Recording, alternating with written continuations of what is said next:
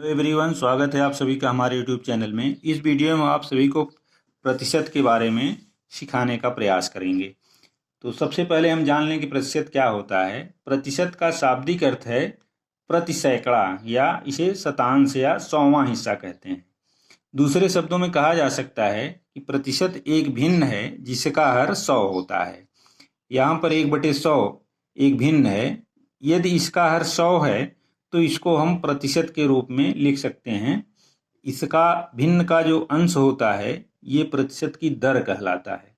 इसे हम इस चिन्ह से प्रदर्शित करते हैं, अर्थात 1/100 को हम 1% लिखेंगे। उसी प्रकार 10/100 को हम 10% ये चिन्ह के रूप में लिख देंगे। यानी यदि भिन्न का हर 100 होता है तो उसका अंश प्रतिशत की दर कहलाता है और उसके अंश को ही हम प्रतिशत के रूप में दर्शाते हैं। अब जैसे कहा जाए कि 10% का मतलब है कि 100 भाग में से 10 भाग लिया गया है। जैसे भिन्न है, अगर किसी चीज के 100 बराबर टुकड़े किए जाएं और उसमें से 10 भाग ले लिया जाए तो उसको हम 10/100 से प्रदर्शित करते हैं। तो इस तरीके से 10% का अर्थ है कि 100 भाग में से 10 भाग लिया गया है। इसी तरीके से अगर हम मान लें कि यदि कोई व्यक्ति अपनी आय का 75% खर्च करता है, यानी उसकी आय अगर 100 है तो 100 रुपए में से वो 75 रुपए खर्च कर देता है, तो उसके पास उसकी बचत पूछा जाए तो बचत उसकी 25 रुपया होगी। यानी 25% वो बचत करता है और 75% खर्च करता है। इसी तरह से अगर पूछा जाए कि एक दूसरा व्यक्ति है जिसकी आय 500 रुपये है, आय है दूसरे व्यक्ति का, आय बराबर 500 रुपये है, इसकी कुल आय 500 रुपया है। अब वह कहा जाए कि 75% खर्च करता है, इसकी खर्च जो व्यय, खर्च को व्यय भी कहते हैं, ये 75% है। अब कहा जाए कि व्यक्ति कितना रुपया खर्च करता है, यहाँ पर 75% है तो 100 में यह 75 रुपया खर्च करता है। इसको एक एक नियम से भी हम लगा सकते हैं, चूंकि आय 100 रुपये, तो व्यय इसका, तो व्यय 75 रुपया है, 75 रुपया। अब इसकी आय अगर 1 रुपया होगी तो व्यय 75/100 होगा, और आय यहां पर दिया गया है 500 रुपये। 500 रुपये आय है तो इसका व्यय 1 पर 75/100 था, तो 500 पर 75/100 गुणे 5 कर देंगे, 500। अब यहां पर हम इसको काट देंगे, अब गुणा कर लेंगे, 5×5 = 25, 5×7 = 35, 2 = 37।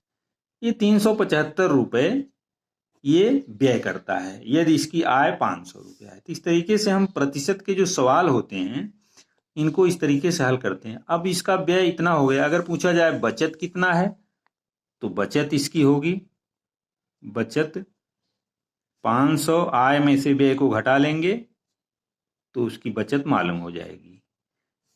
यहाँ पर ये 10 में से 5 घटाएंगे 5 आया, 9 में से 7 घटाएंगे 2 आया, अब यहाँ 4 में से 3 घटाएंगे तो 125 रुपया इसकी बचत होगी। तो इस तरीके से हम प्रतिशत के सवालों को हल करते हैं।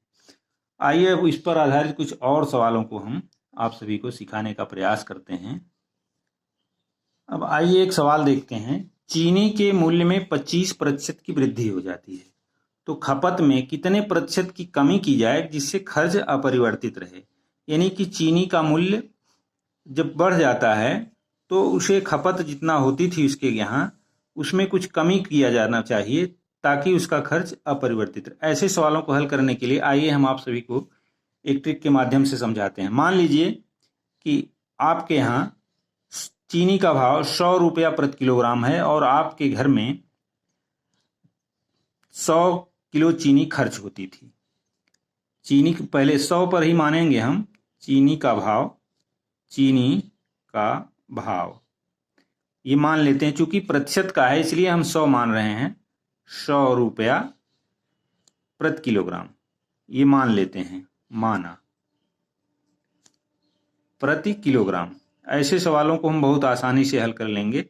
और खर्च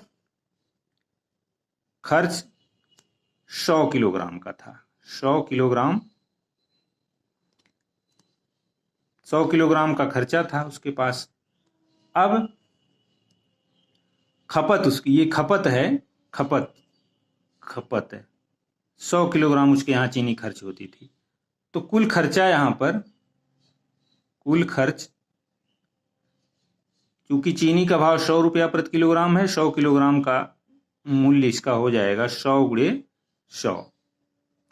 अब इतना रुपया उसके यहाँ खर्च होता था, ये इतना रुपया उसका कुल खर्च होता था। अब इसका मूल्य चीनी का 25% बढ़ जाता है। तो जहाँ पर 100 रुपया प्रति किलोग्राम था, अब यहाँ पर मूल्य उसका हो गया 100 की जगह 125 रुपया, 125। अब यहाँ पर इसको, जहाँ 100 किलोग्राम उसका खर्च होता था, इससे कुछ कम खर्च करना पड़ेगा। कितना कम खर्च करना पड़ेगा? खपत मान लेते हैं हम, खपत इसका अब 100 में से x इतना कम कर देता है वो। अब इसी x का मान अगर हमें मालूम हो जाए तो हम लिख देंगे कि उसने कितना प्रतिशत कम खर्च किया। अब जब खपत इसका इतना कम हो गया, तब खर्च कितना हो गया? खर्च 125 गुणे 100 ऋण x कर देंगे हम। अब यही इसके बराबर हम कर देंगे, क्योंकि कह रहा है अब यहाँ इधर मूल्य बढ़ रहा है, इधर खपत में कमी कर दे रहा है, तो यह अपरिवर्तित है। तो अब प्रश्नानुसार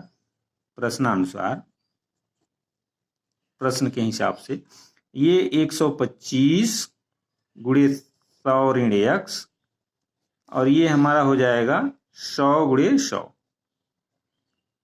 ये इतना हो गया। अब इसको हल करने के लिए हम यहाँ पर एक 100 ऋण x लिखेंगे। अब इधर देखिए 125 का गुणा किया गया है, तो हम दोनों पक्षों में 125 से भाग दे देंगे। इधर ये हमारा हो जाएगा 10,000 बटे, भाग देंगे तो ये 125 हो जाएगा। अब यहाँ पर माइनस x है, घटाया गया है।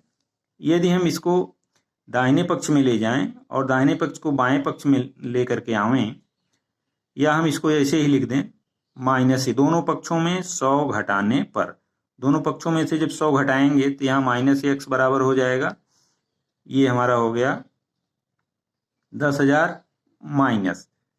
अब जब 100 घटाएंगे और इधर 125 है, इसमें से जब हम 100 घटा रहे हैं यहाँ पर, तो ये 12,500 हो जाएगा। तो 10,000 में से जब 12,500, आइए इसको लिख देते हैं हम। ये हमारा सवाल हो गया 10,000 माइनस, ये इसका एलसीएम हो जाएगा 125 दोनों का, तो ये हो जाएगा 12,500 और माइनस 125। अब यहाँ पर माइनस x बराबर आ गया हमारा माइनस 12,500। ये 12,500 में से जब 10,000 घट जाएगा तो 2,500 हो जाएगा, सॉरी ये 2,500 बटे 125 ये हो गया। अब दोनों तरफ जब ऋण रहता है तो हम माइनस साइन से अगर गुणा कर दें तो x बराबर आ गया हमारा 2,500 बटे 125। अब इसमें जब भाग देंगे हम तो 225, 25 पंचे 125, 25 एकम 25, ये 100 हो गया। अब 5 से काट देंगे, 5 दूनी 10, 20%, यही हमारा आंसर होगा। अर्थात 20% हम खपत में कमी कर देंगे तो खर्च में वृद्धि नहीं होगी। तो ऐसे सवालों को हल करने के लिए हम इस तरीके की प्रक्रिया अपनाते हैं तो हमारा सवाल आसान हो जाता है। मूल्य में वृद्धि होती है, खपत में कमी करना हो, या मूल्य में कमी हो, खपत में वृद्धि हो, अगर हमें कॉन्सेप्ट क्लियर है तो हम उसको आसानी से सॉल्व कर देंगे। इस तरीके के सवाल को हम, आइए एक और सवाल अगर मान लीजिए पूछ दिया जाए, चीनी के मूल्य में 25% की कमी हो जाए तो खपत में कितने प्रतिशत की वृद्धि की जाए कि खर्च अपरिवर्तित रहे। तो ऐसे सवालों को भी लगाने के लिए पहले हम मान लेंगे चीनी का भाव 100 रुपया प्रति किलोग्राम था, खपत उसकी 100 किलोग्राम थी, कुल खर्च इतना निकालेंगे। अब मूल्य में जब कमी हो जा रही है तो ये यहाँ पर एक 25% की कमी हो जा रही है, तो यहाँ पर 100 में से हम 25 कम कर देंगे तो ये हमारा 75% हो जाएगा। अब यहाँ पर बढ़ाएंगे इसको, 100 धन x कर देंगे।